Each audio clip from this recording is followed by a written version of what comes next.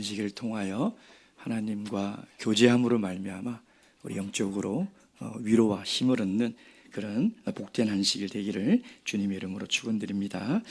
예수 그리스도 이름으로 하나님의 말씀 증거하도록 하겠습니다. 성경 말씀 마태복음 5장 33절에서 37절까지 말씀, 33절에서 37절까지 말씀 저와 함께 교독하겠습니다. 제가 먼저 읽겠습니다. 또 옛사람에게 말한 바 헛맹세를 하지 말고 내 맹세한 것을 굳게 지키라 하였다는 것을 너희가 들었으나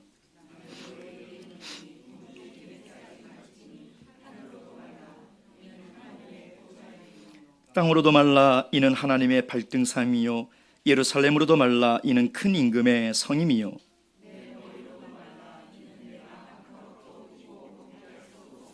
다 함께 읽겠습니다. 시작. 오직 너희 말은 옳다 옳다 아니라 아니라 하라. 이에서 지나가는 것은 악으로 쫓아나느니라. 아멘. 제가 대만에서 신학할 때 3학년 때였습니다. 1학년에 후배가 들어왔는데 산에서 그 복숭아 농사를 하다가 신학을 지원한 후배인데요.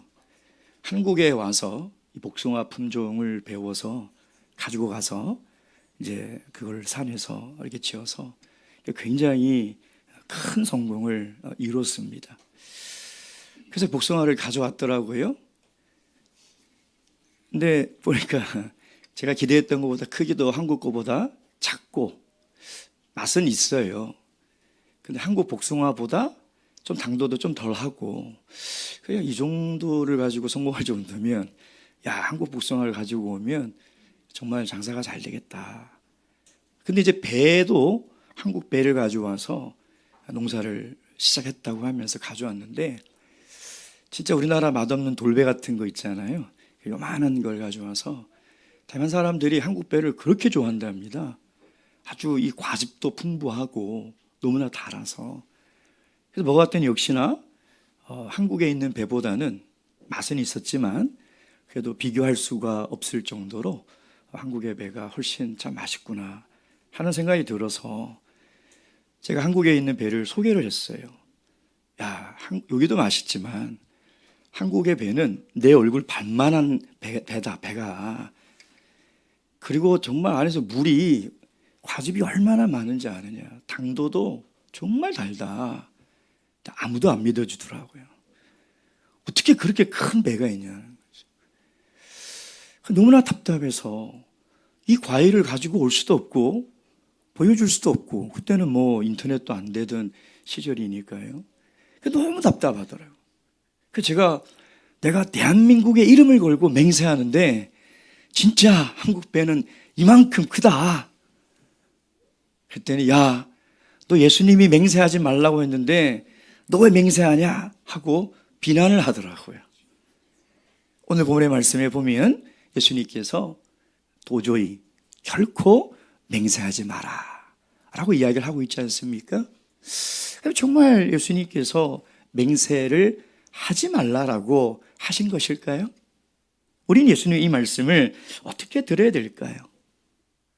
여러분이 어떤 말을 했는데 누가 믿어주지 않으면 답답하죠. 그렇지 않습니까? 살면서 손가락에 몇 번씩 다 장을 지져봤잖아요. 살면서 성도 바꿔봤잖아요. 야, 내가 그게 사실이 아니면 내가 손가락에 장을 지진다.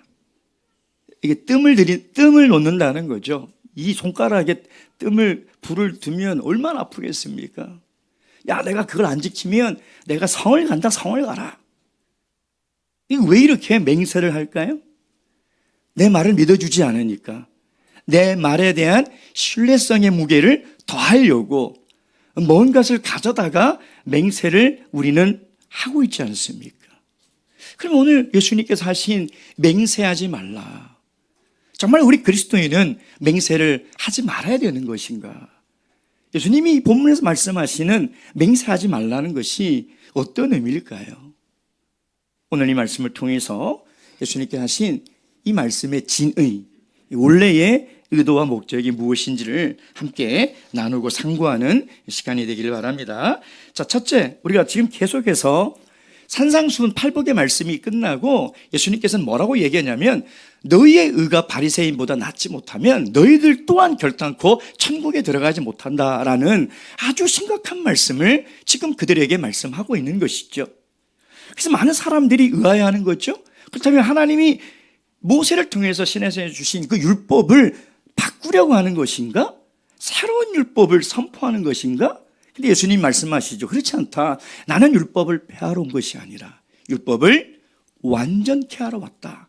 이 말씀은 너희가 율법에 대해서 잘못 이해하고 해석하는 것을 내가 율법의 올바른 뜻, 하나님이 이 율법을 주신 참된 뜻을 너희들에게 다시 알려주고자 한다는 것이죠.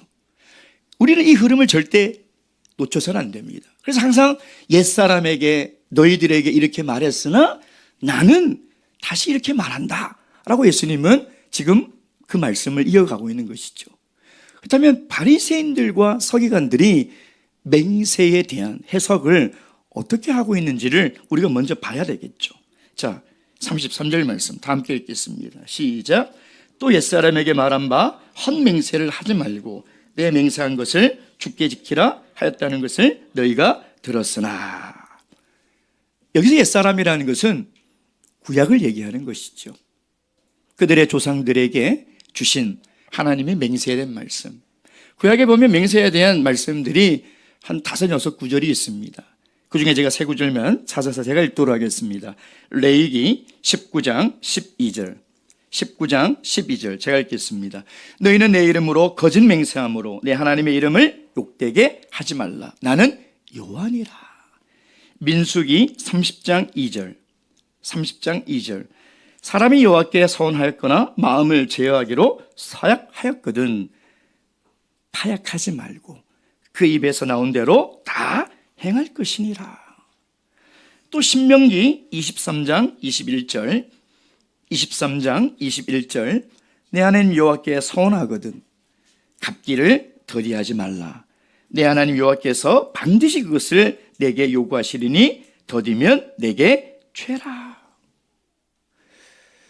하나님께서 모세를 통하여 옛사람에게 주신 맹세에 대한 말씀들이 몇 구절이 있어요. 근데 당시 예수님 당시 바리새인들과 서기관들은 이 말씀을 굉장히 포괄적으로 좀 더 광의적으로 해석을 하고 적용하고 사람들에게 가르쳤다는 것입니다. 그래서 예수님 당시에 이 맹세를 하지 말라라는 이 말씀을 서기관과 바리새인들이 해석해서 가르치는 그 영향으로 이 유대 사회에는 맹세에 대한 3가지 현상들이 있었어요. 이 3가지 현상을 우리가 좀 알아야 오늘 본문의 말씀을 이해하는 도움이 됩니다. 이 배경을 알아야 돼요. 첫째는 뭐냐면 유대인들은 맹세를 남발했어요. 대화 속에서 늘 맹세가 들어가는 거예요. 예를 들면 야, 우리 포도나무에서 딴 포도는 정말 달아. 이렇게 하면 되는데 만약 내 포도원에 있는 포도나무가 달지 않으면 하나님이 내 생명을 취해가기를 원하노라. 이렇게 얘기를 하는 거죠. 마치 우리가 말만 하면 그러잖아요. 야, 정말로 진짜로 내가 거짓말 안 하고 거짓말 아닌데 우리가 이런 말을 늘 평상시에 쓰지 않습니까? 그러니까 유대인들도 그냥 일상적인 대화 속에서 항상 맹세가 들어가는 거예요. 그러니까 맹세가 남발하고 있었어요. 두 번째는 어떤 현상이 있었냐면 하나님의 이름으로 맹세하면 안 된다고 레위기에 나와 있으니까 하나님의 이름이 아닌 다른 대상을 자꾸 찾아오는 거예요. 하늘로 맹세하고 땅으로 맹세하고 예루살렘의 성전으로 맹세하고 내 머리로. 내 머리라는 뭐냐면 내 생명을 걸고 맹세한다는 거예요. 그러니까 그렇게 자꾸 맹세를 하는 거예요. 세 번째는 뭐냐면 그들이 맹세에 대한 강도를 스스로 나눴어요. 무슨 얘기냐? 만약에 하나님이나 하늘로 두고 하는 맹세는 반드시 지켜야 된다. 근데 다른 것으로 한 맹세는 안 지켜도 된다. 이렇게 해석을 한 거죠. 마태복음 23장 16절 말씀. 마태복음 23장 16절 말씀. 16절부터 22절입니다. 화 있을진저 소경된 인도자여, 너희가 말하되 누구든지 성전으로 맹세하면 아무 일 없거니와 안 지켜도 되지만 성전에 금으로 맹세하면 지킬지라 하는도다.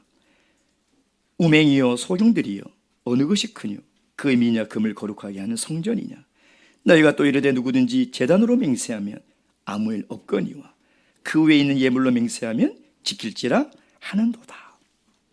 즉 바리새인들이 이 맹세에 대해서 스스로 이 맹세 강도를 나눠서 가르치고 지키는 것에 대해서 예수님은 뭐라고 얘기하냐면 맹인이라는 거예요. 소경이라는 거예요. 하나님이 맹세하지 말라라는 하나님의 말씀을 보지 못한다는 거예요. 읽지 못하고 있다고 지금 지적을 하고 있는 것이죠. 그래서 사실 하나님이 옛사람에게 주신 맹세하지 말라라는 원래의 의도는 뭐냐면 거짓 증거하지 말라는 거예요. 법정에서 위증하지 말고 하나님께 소원한 것은 지키라는 거예요. 그걸 지금 하나님께서는 강조하려고 그 말씀을 주신 것인데, 이들은 맹세를 남발하고 하나님의 이름으로 맹세하지 못하니 다른 것들을 가져다가 맹세하고, 또 이것으로는 맹세하면 지켜야 되는데 저것으로 맹세하면 지키지 않아도 된다라고 그들이 하나님의 말씀을 잘못 해석해서 가르치고 있다는 것이죠. 하나님이 모세를 통해서 이스라엘 백성들에게 내 이름을 망령되이 부르지 말고 내 이름으로 함부로 맹세하지 말라고 하신 하나님의 본뜻은 뭐냐면, 인간이 죄로 타락한 이후에 인간은 거짓을 말하는 존재일 수밖에 없는 거예요.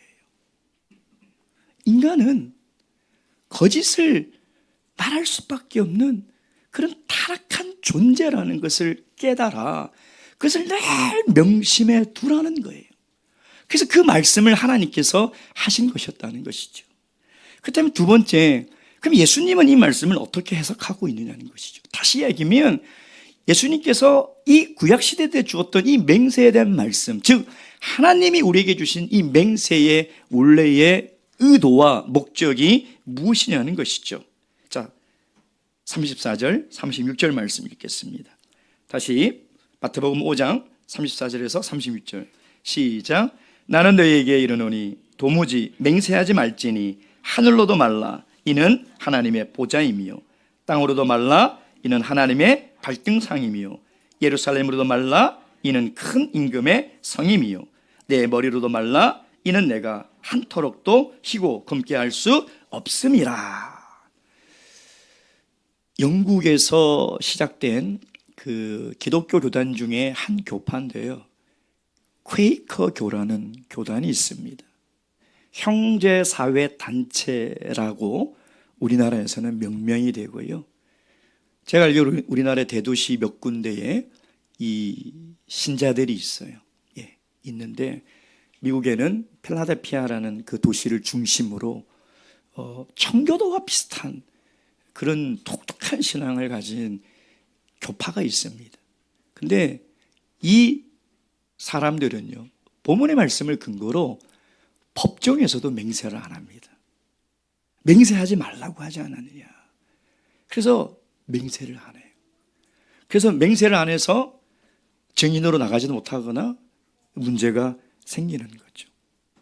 정말 그렇다면 예수님께서 이 말씀이 아무런 맹세도 하지 말라, 약속도 하지, 이 맹세라는 이 단어 안에는 인간과의 약속, 하나님과의 소원도 포함이 되어 있는 거거든요. 정말 그것을 하지 말라는 것이냐? 정말 하나님이 맹세 자체를 하지 말라고 하셨느냐? 근데 구약 성경에 보면요, 믿음의 선진들이 맹세를 많이 합니다. 우리가 얼마 전에 이번 주에 아브라함 창세기 21장에 뭐 맹세하잖아요. 서로 서약을 맺지 않습니까? 다윗과 요나단도 맹세를 합니다. 하나님도 맹세하는 구절이 있어요. 예수님은요, 마태복음 26장 63절 제가 읽겠습니다. 26장 63절 예수께서 잠잠하시거늘 대제사장이 가로되 내가 너로 살아계신 하나님께 맹세하게 하노니 내가 하나님의 아들 그리스도인지 우리에게 말하라. 64절 예수께서 가라사대 내가 말하였느니라.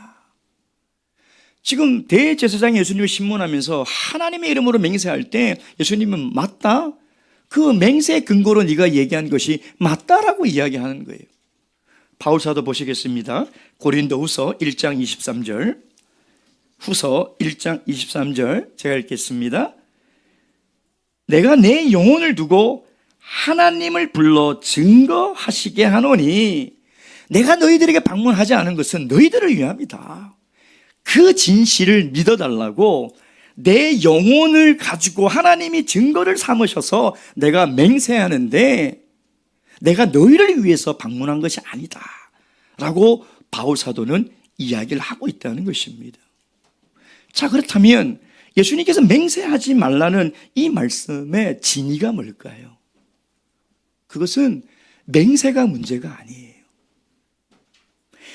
예수님께서 이렇게 말씀하시는 건 뭐냐면 새로운 하나님의 나라의 백성, 즉 그리스도인들은 맹세가 필요 없는 삶을 살아가라는 거예요. 맹세하지 않아도 너희들의 말을 믿어줄 만큼 정직한 삶을 살아가라는 것이죠.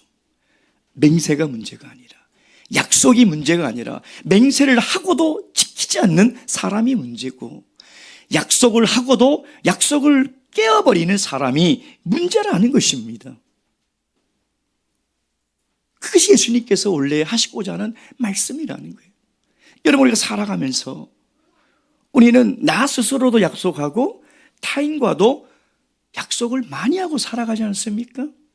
가벼운 약속에서부터 정말 무거운 약속들까지 약속을 많이 하면서 살아갑니다. 어떻게 이 약속을 하지 않고 맹세를 하지 않고 살아갈 수 있습니까? 우리 부모들이 우리 어린아이들에게 주로 많이 하는 약속이 뭐예요? 공부 안 하면 혼난다. 그건 약속이 아니죠. 예. 다음에 사줄게. 숙제는 제때 하라. 그것도 약속은 아니죠. 다음에 갈게. 다음에 해줄게. 반드시 해주셔야 돼요. 그게 그냥 빈말로 가서는 절대 안 돼요. 예. 어른들이 자주 하는 약속이 뭐예요? 다음에 밥 한번 먹자. 꼭 먹어야 돼요. 빈말로 하지 마세요. 예. 무거운 약속은 우리가 결혼할 때 반드시 뭘 합니까? 맹세를 합니다. 사실 결혼식에 오는 사람들은 하객이 아니에요. 그 결혼을 증거하는 증인들로 오는 거예요. 그 증인들 앞에, 하나님과 증인들 앞에 두 사람의 결혼을, 성혼을 약속하는 거죠. 그래서 자기 이름을 걸거나 조상을 걸거나 신을 걸고 결혼식 할 때는 맹세를 하는 겁니다. 이렇게 우리는 우리 삶 가운데 크고 작은 약속과 맹세를 하며 살아갈 수밖에 없다는 것입니다. 예수님의 해석은 바리새인과 서기관들처럼 그렇게 하나님이 올려주신 말씀을 확대 또는 오역해서 그들의 편리에 따라 적용하는 것이 아니라 맹세를 했으면 신실히 지키고 약속을 했으면 정직하게 지키며 살아가라는 것이죠. 즉 맹세를 하지 말라는 것이 아니라 맹세를 잘못 사용하고 있는 것에 대해서 지금 예수님은 지적하고 있는 것이죠. 너희가 하나님을 피해서 하늘을 가지고 맹세하는데 하늘도 하나님의 것이고 하나님인 것이고 땅으로 맹세하는데 땅도 하나님의 발등상이며 예루살렘은 하나님의 집인데 너희가 무엇을 피해서 그렇게 맹세를 하며 맹세를 어기는 것을 피해 다니느냐는 거예요. 맹세한 것을 지키라는 것이죠. 그렇다면 오늘 이 본문의 말씀을 통해서 예수님이 이 시대에 살아가는 그리스도인에게 주시는 진정한 교훈의 말씀이 무엇이냐입니다. 바리새인보다 나은 의, 즉 바리새인이 잘못 해석하고 지키는 그 율법보다 더 나은 제가 그러겠죠. 의는 더 깊은 의라고 얘기하지 않았습니까? 더 다 그 의미의 진정성 있는 그 율법의 말씀을 지키며 살아가는 거죠. 그것은 바로 그리스도인의 정직성이에요. 그리스도인이 정직하게 살아가라는 거예요. 37절 말씀 읽도록 하겠습니다. 시작. 오직 너희 말은 옳다 옳다 아니라 아니라 하라. 이에서 지나는 것은 악으로 쫓아나느니라.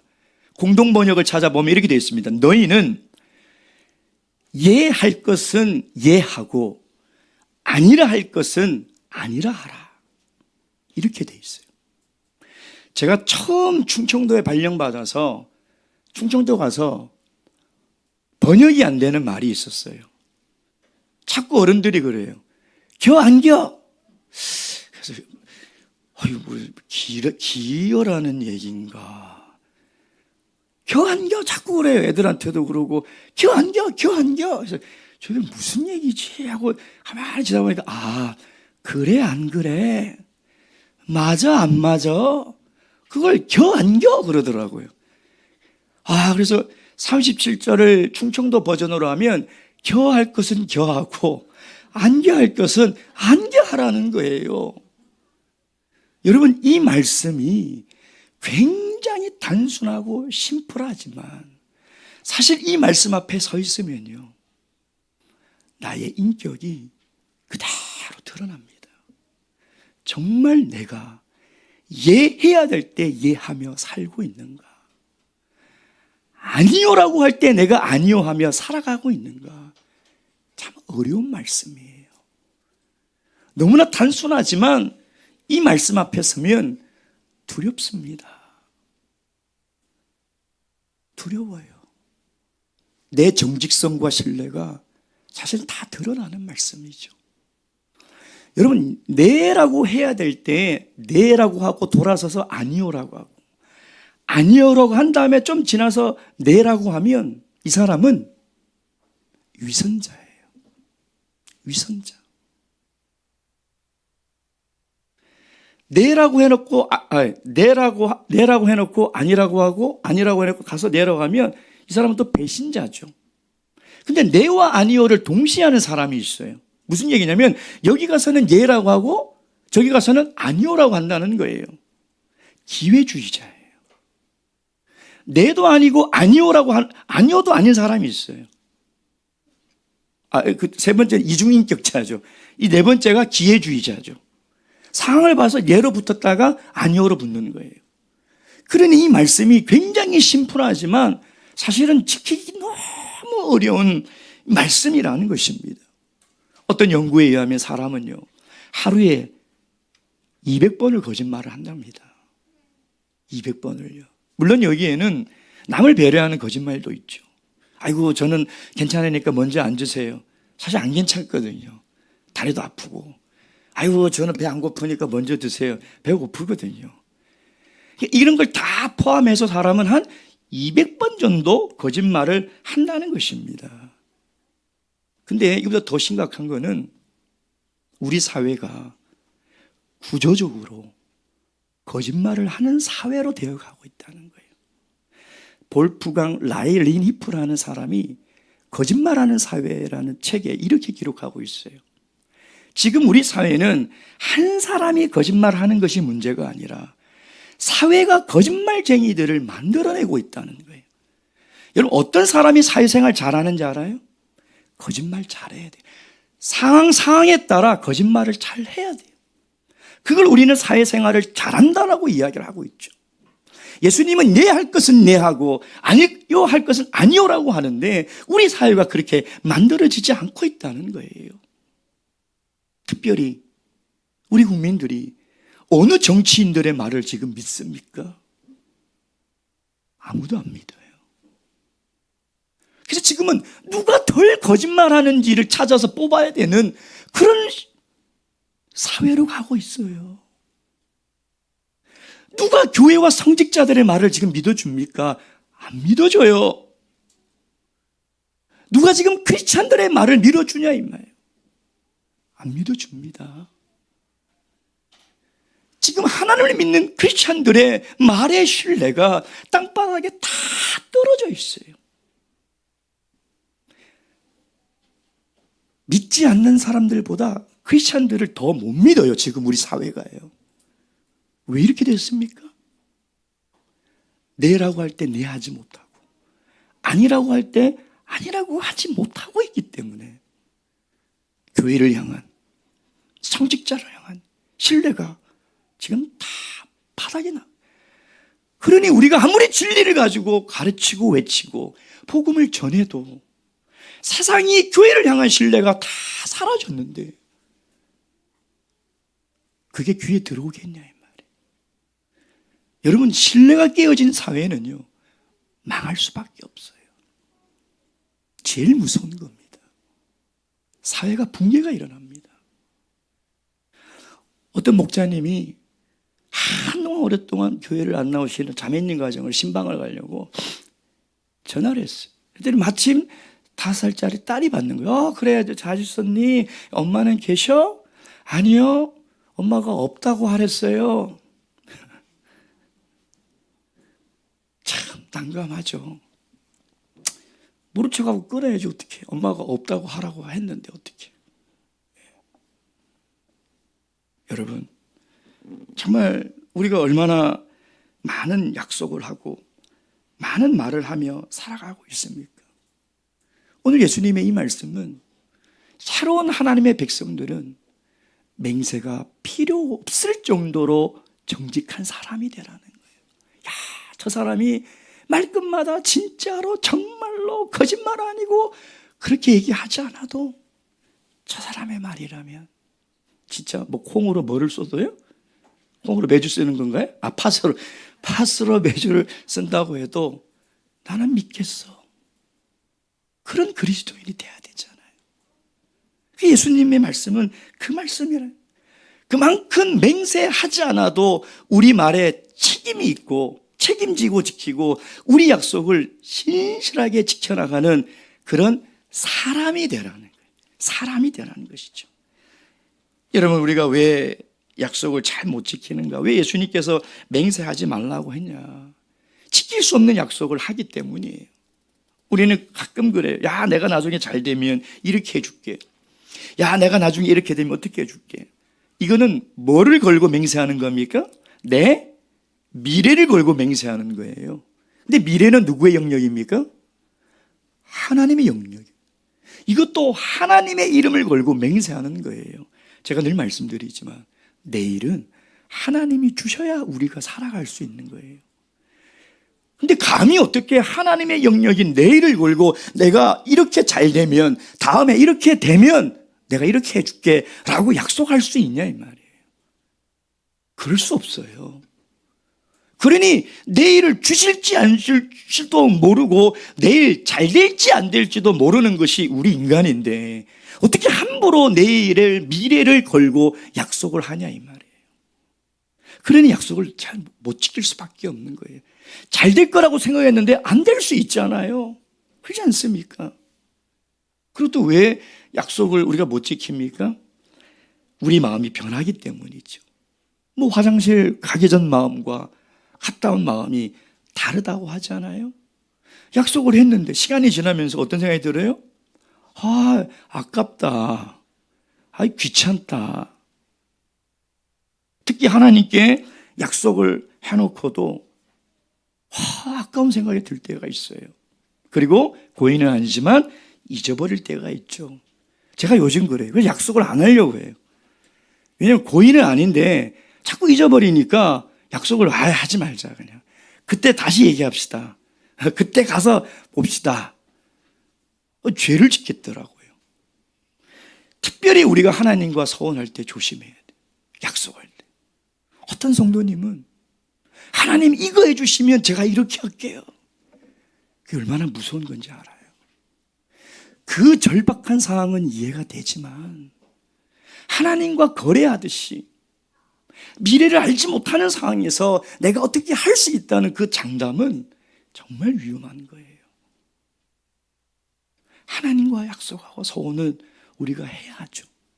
했다면 반드시 지킬 수 있어야 돼요. 민수기 30장 2절 말씀 보겠습니다. 민수기 30장 2절 말씀. 민수기 30장 2절. 다 함께 읽겠습니다. 민수기 30장 2절. 2절 시작. 사람이 여호와께 서원하였거나 결식하고 서약했으면 그 입으로 말한 대로 다 이행할 것이니라. 아멘. 반드시 지키라는 것이죠. 그만큼 신중해라는 것입니다. 사랑하는 성도 여러분, 우리 말이라는 것이 참 특별합니다. 이 말은 내 생각 안에 있고 내 혀 안에 있을 때는 통제가 돼요. 근데 이 말이라는 것이 내 혀 밖으로 나오는 순간은 내가 통제할 수 없어요. 근데 이 말이 가진 힘과 능력은 어마어마합니다. 말이 나의 인격이에요. 신중해야 돼요. 그래서 시편의 시인은 하나님이여 내 입술에 파수꾼을 세워주시옵소서. 야고보 사도는 우리 몸을 순종하기 위하여 내 혀의 입에 재갈을 물리라고 그랬어요. 그만큼 우리 그리스도인이 뱉은 말은 책임을 져야 돼요. 내가 지킬 수 있는 약속을 해야 하고, 내가 약속을 했다면 반드시 정직하게 지킬 수 있는 삶을 살아가야 한다는 것이죠.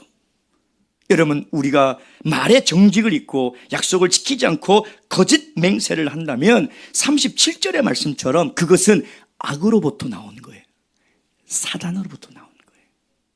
그러니 우리가 이 말씀을 정말 진중하게 생각하고 잊지 말아야 할 것입니다. 주님께서 저와 여러분에게 정직한 영을 새롭게 하셔서 우리가 말로 내어뱉은 그 약속, 사람에게든 하나님에게든 그 약속을 정직하게 신실하게 지켜나갈 수 있는 그리스도의 의를 이루는 귀한 성도님 되시길 주님의 이름으로 축원드립니다.